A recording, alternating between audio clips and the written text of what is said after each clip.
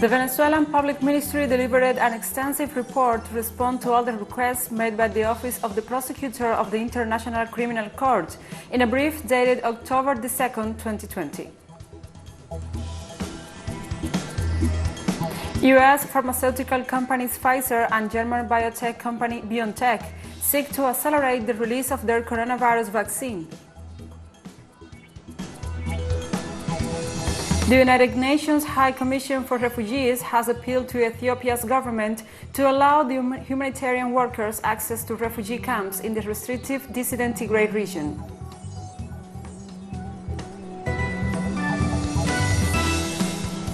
From the headquarters of TeleSUR English in Havana, Cuba, this is From the South. I'm Gladys Quesada.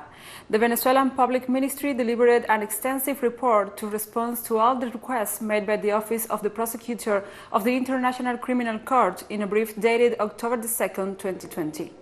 According to the institution, this response, which was produced in a time and form according to the provisions of that office, is part of the firm conviction of the Venezuelan institutions to comply with the international obligations acquired with the ratification of the Rome Statute in 2000.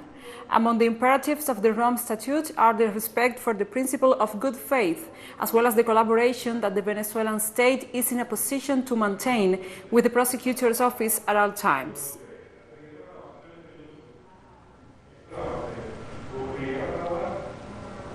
Activist groups from different countries ratified their support for Venezuela and called for recognition and respect for the will of its people in the upcoming December 6 parliamentary elections. Political leaders from Brazil and Argentina, as well as from France, Ecuador and the United Kingdom, are carrying out a campaign of worldwide support for Venezuela. They exhort the European Union to respect the electoral result and to support the democratic will of the Venezuelan people. The activists, joined also by groups of intellectuals, pointed out that if the European Union begs to be an advocate of the peace in the world, it should not sustain the path of violence and confrontation in Venezuela.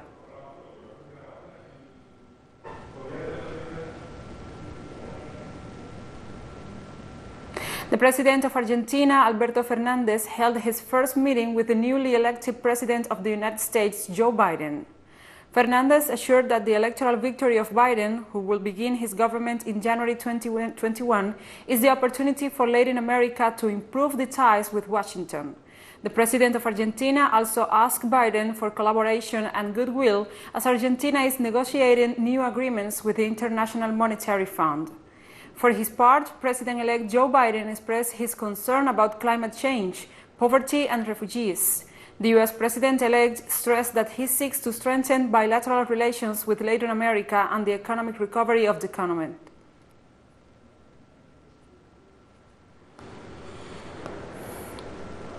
In Argentina, Congress moves forward in the discussions of the bill on voluntary termination of pregnancy.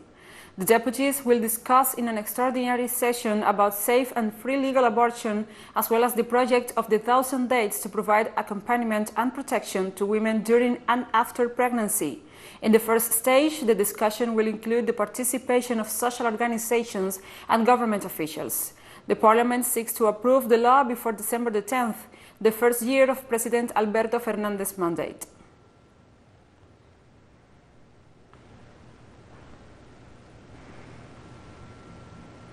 On Tuesday, the President of Mexico, Andrés Manuel López Obrador, offered a government report to mark the first 2 years of his administration and begins his third year with a high level of acceptance.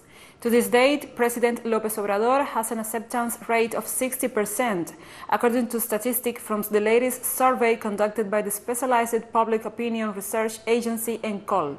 Experts highlight the progress made by Obrador's government with the approval of 12 of 13 promised initiatives, the fight against corruption and the issue of presidential immunity. Mexico's head of state defined in recent days the three most complicated points he has faced in 2 years of government. Firstly, the COVID-19 pandemic. Secondly, the economic crisis sparked by COVID-19. And thirdly, the media and conservatism attacks.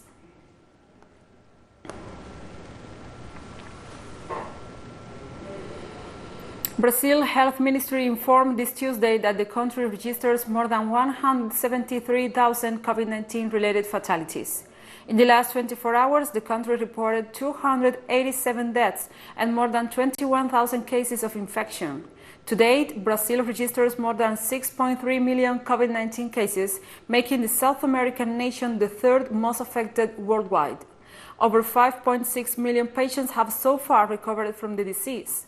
On the other hand, the governor of Sao Paulo decreed that the state goes back to yellow alert, which implies a reduction in the hours of stores and services. Sao Paulo is the most affected region of the country, with an 84% occupation of intensive care beds for COVID in the private sector.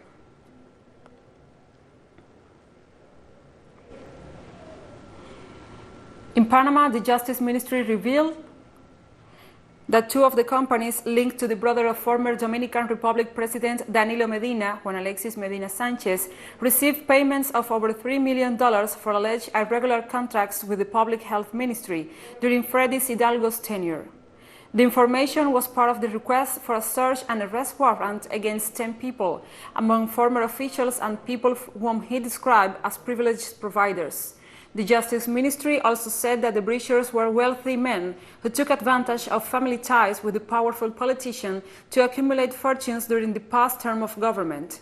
In addition to Hidalgo and Medina Sanchez, the arrests carried out at dawn last Sunday included the former director of the Office of State Works Supervising Engineers, Francisco Pagan, the former president of the Patrimonial Fund of Reformed Companies, Fernando Rosa, and the former vice president of that entity and sister of former President Medina, Carmen Magalis Medina Sanchez.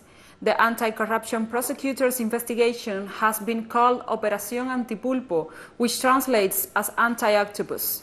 The name refers to the ability of the former president's brother to extend his tentacles through various state institutions in which he obtained state contracts.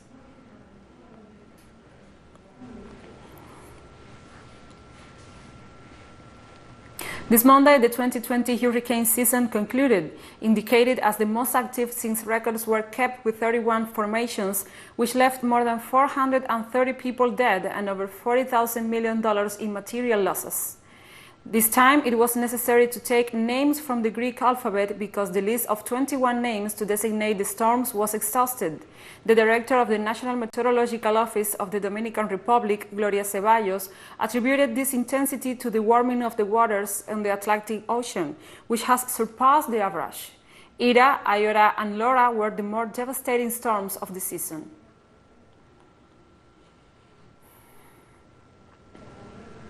And we'll be right back after this very short break, so don't go away.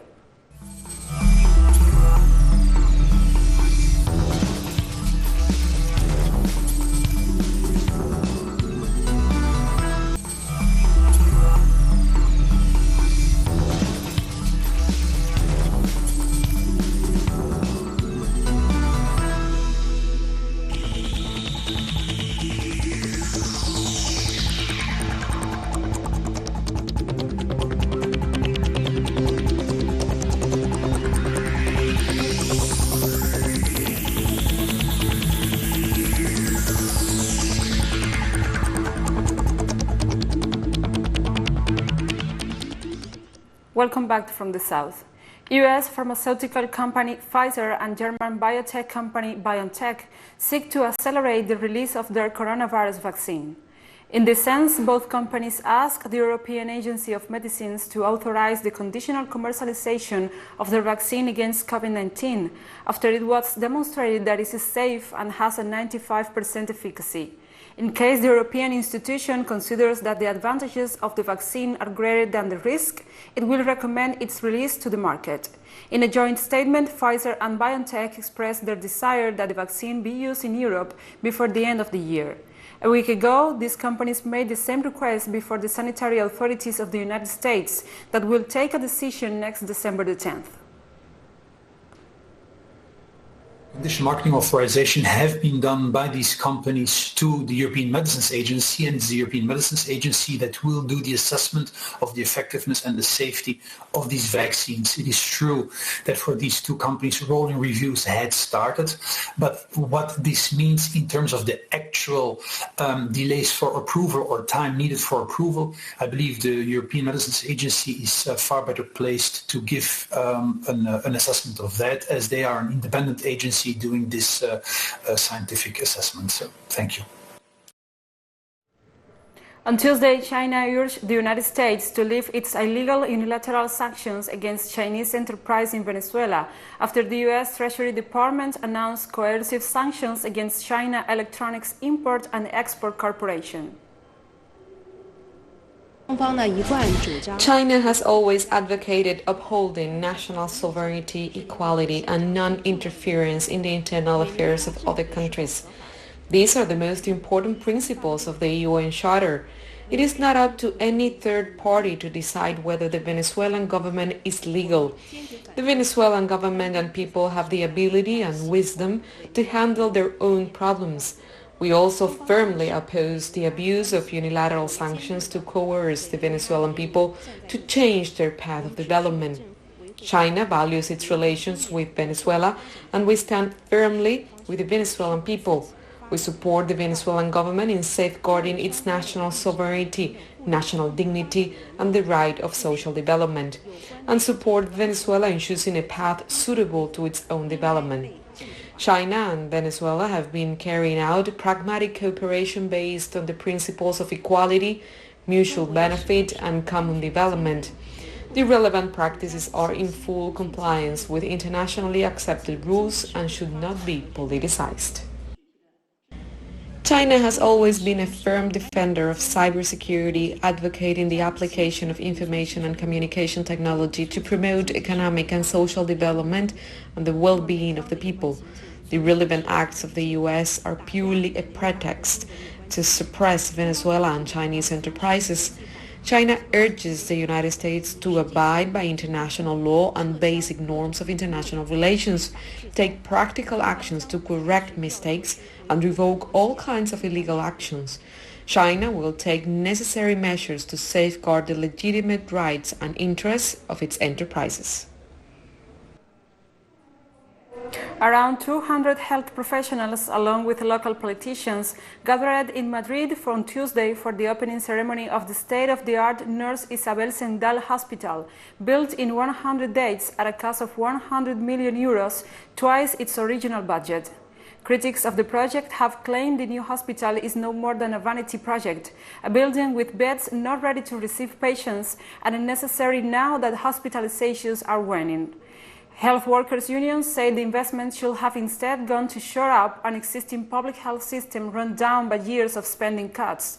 To this date, Spain has recorded 1.6 million COVID-19 cases and more than 45,000 fatalities.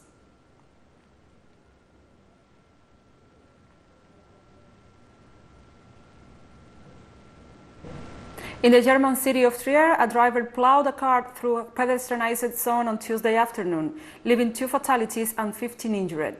According to latest reports, the driver has been detained. Authorities have asked the public to avoid the area as investigations into the incident are carried out and a security cordon was established. Trier police tweeted, "We have arrested 1 person, 1 vehicle was being secured. 2 people have died according to preliminary indications. Please continue to avoid the downtown area."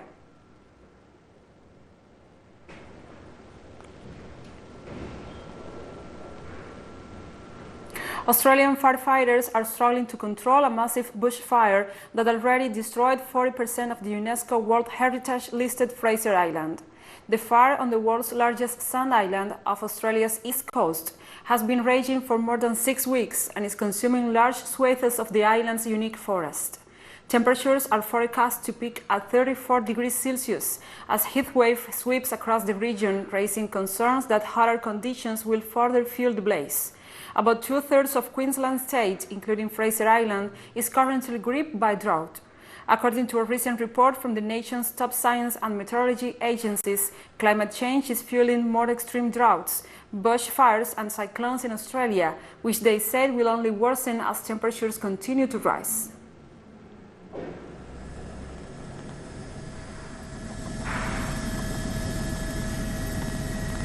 Environmental groups will face off against Shell at a Dutch court Tuesday in a landmark bid to force the oil giant to meet emission targets in the Paris Climate Accord. The case being heard in The Hague was launched in 2019 by the Netherlands branch of Friends of the Earth, backed by 17,300 Dutch citizens who have registered as co-complainants. 6 other activist groups, including the Dutch branches of Greenpeace and ActionAid, are backing the lawsuit against the Anglo-Dutch multinational. The 2015 Paris Accords committed all nations to cut carbon emissions to limit warming to 2 degrees Celsius above pre-industrial levels and encouraged them to go down to 1.5 degrees. Friends of the Earth said it was impossible to meet these goals without action from the world's biggest polluters, such as Shell, which it said emits twice as much carbon dioxide as the entire Netherlands. Today we are asking the judge to force Shell to stop contributing to dangerous and disastrous climate change. We're asking the judge to ensure that Shell reduces its contribution to climate change, its greenhouse gases, by 50% in 10 years' time. Yeah, you see the main argument of Shell is that everybody is responsible.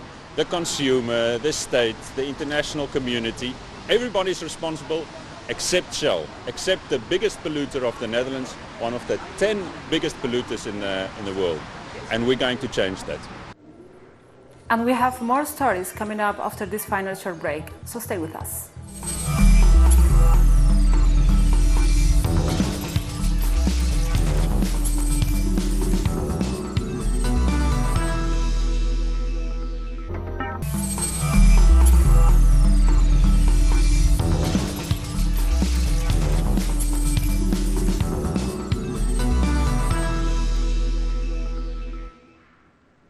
The United Nations High Commission for Refugees has appealed to Ethiopia's government to allow the humanitarian workers access to refugee camps in the restricted dissident Tigray region.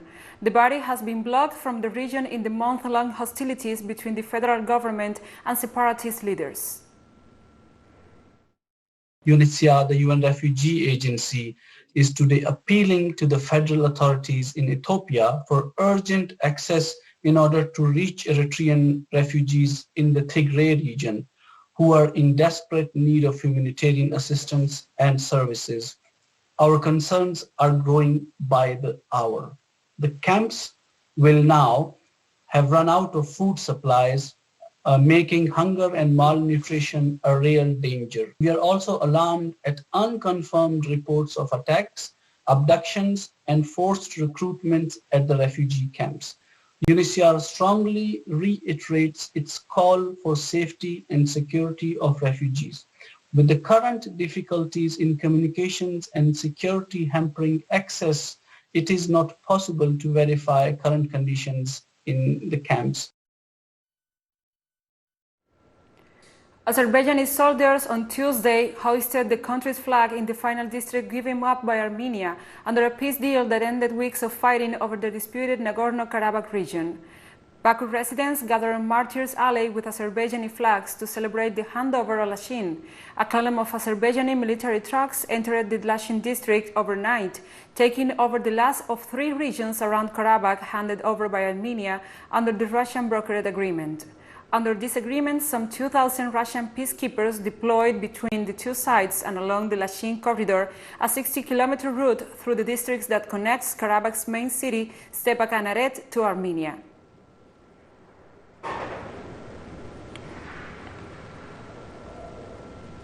Azerbaijan's President Ilham Aliyev celebrated the dawn of a new reality as the country takes back territory in the disputed Nagorno-Karabakh region.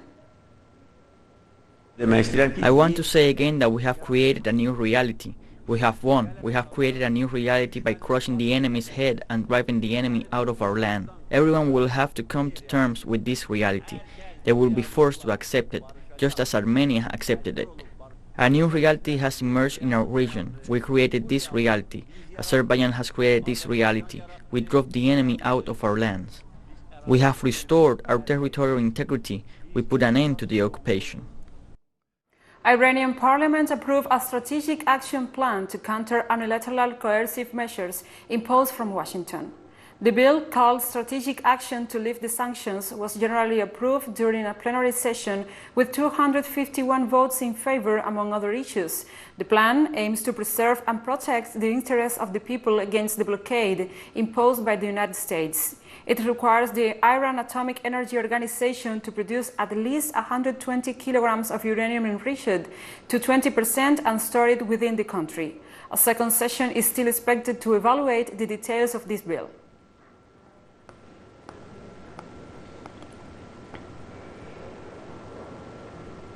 And researchers are hoping the new drug carboteravir will be the game changer in the treatment of HIV. It's being trialed by South Africa's HIV Prevention Trials Network and the Reproductive Health and HIV Institute at the University of Witwatersrand. The drug, which is injected, only needs to be taken once every 8 weeks to prevent the risk of new HIV infections.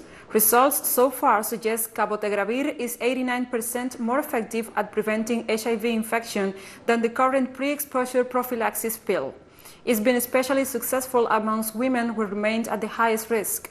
The clinical trials were conducted among more than 3,200 women at research sites in South Africa, Uganda, Kenya, Malawi, Botswana, and Zimbabwe. Participants, when they joined the study, they received either sort of the active cabotegravir and a dummy Truvada, or the active Truvada and a dummy cabotegravir. And then we followed those people up and we compared the rate of HIV infection in the two groups. And what we saw is that the people who received cabotegravir had basically only 4 infections compared to 34 in the Truvada arm, and what that told us was that cabotegravir was 9 times more effective in preventing HIV than Truvada. And we think it's because cabotegravir is discreet, it's convenient, you only have to come to the clinic every 8 weeks, and it overcame some of the challenges that people experience with a daily pill. And we have come to the end of this news brief. But remember, you can find this and many other stories on our website at telesurenglish.net. And you can also join us on social media, Facebook, Twitter, Instagram, and Telegram. For TeleSUR English, I'm Gladys Quesada. Thank you for watching.